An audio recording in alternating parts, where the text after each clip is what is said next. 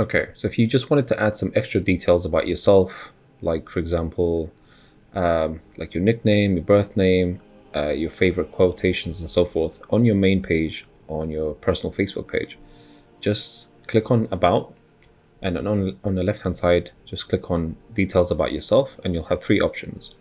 So the first one is just to write some details about yourself. So again, it's similar to the short bio on the main page that I posted on my previous video, but this one has no character limit, so you can write to your heart's content, your whole life story here.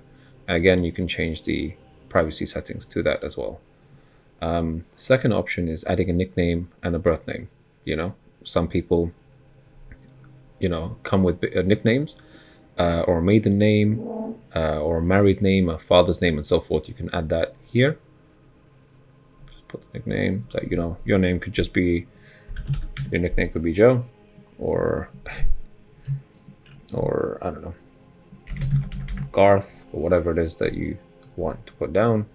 You can put this show at top of profile, so people can see this along with your main name. So for example, if I put down, I don't know, Happy, and we click on show at top of profile, other names are always public and so forth. I can just hit save, and you can see right here under the main name of my personal page, it's added my nickname. Okay, and it's just yep.